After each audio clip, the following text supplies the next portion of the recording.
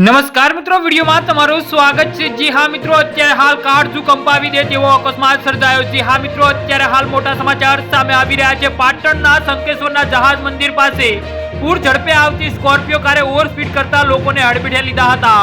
પાટણના શંકેશ્વરમાં આજે સવારે થયેલા એક ગોઝાર અકસ્માતમાં 2 વ્યક્તિઓના મોત થયા છે અને 2 ગંભીર રીતે ઘાયલ થયા છે। આ ઘટના શંકેશ્વરના જહાજ મંદિર પાસે બની હતી। મળતી માહિતી મુજબ પૂર ઝડપે આવી રહેલી એક સ્કોર્પિયો કાર રોંગ સાઈડ પર પડેલી ટેમ્પો ટાર્વેલ સાથે અથડાઈ હતી। આ અકસ્માતમાં સ્કોર્પિયો કાર હવામાં ઉછળીને ટેમ્પો ટાર્વેલના બોનેટ પર જઈને અથડાઈ હતી। આ ઘટનામાં મંદિરે આવેલા લોકોને ઈજા પહોંચી હતી। ઘટના સ્થળે પહોંચેલી પોલીસ ઘાયલોને નજીકની હોસ્પિટલમાં ખસેડાયા હતા, જ્યાં 2 વ્યક્તિના મૃત જાહેર કરવામાં આવ્યા હતા। જી હા મિત્રો, અત્યારે હાલ મોટા અને દુઃખદ સમાચાર સામે આવી રહ્યા છે।